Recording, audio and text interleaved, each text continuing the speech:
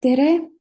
Me oleme Viktoria ja Poliina ning räägime teadusartiklist, mis uurib, kuidas ettevõtjate teadmised, oskused ja pädevused mõjutavad väikeste ja keskmise suurusega ettevõtete tulemuslikkust Pakistanis.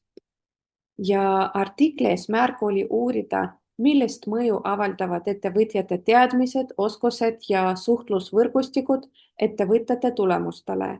Ja see teema on aktuaalne, sest väikese ja keskmise suurusega ettevõtted on Pakistanis väga olulised tööandjad, kuid nende areng on piirkonniti ebaühtlane.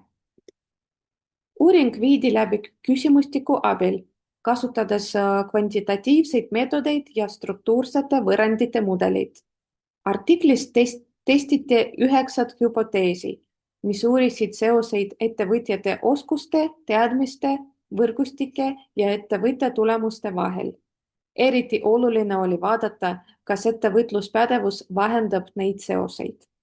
Esiteks näeme, et ettevõtlusoskused ja tugevad võrgustikud parandavad selgelt ettevõtte tulemuslikkust. Teiseks selgus, et ettevõtluspädevus mängib võtmerooli. See aitab olemasolevaid teadmisi ja oskusi päriselt tulemusteks rakendada. Huvitaval kombel tuuru ja müügisuunitlusel otsest mõju tulemustele ei olnud, kuigi see andis siiski ettevõtte üldisele arengule hoogu. Kokku selgitas meie mudel umbes 47 tulemuslikkuse erinevustest. Uuring näitab, et edu sõltub rohkem ettevõtjate oskustest ja võrgustikest kui ainult rahast. Ettevõtluspädevus on justkui sild teadmiste ja tulemuste vahel. See aitab teadmised ja kogemuse reaalseks tulemuslikkuseks muuta.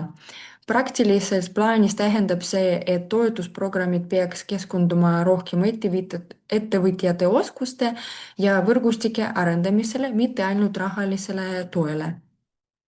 Ja kokkuvõtteks võib öelda, et ettevõtluspädevus ühendab teadmised ja võrgustikud tulemusteks.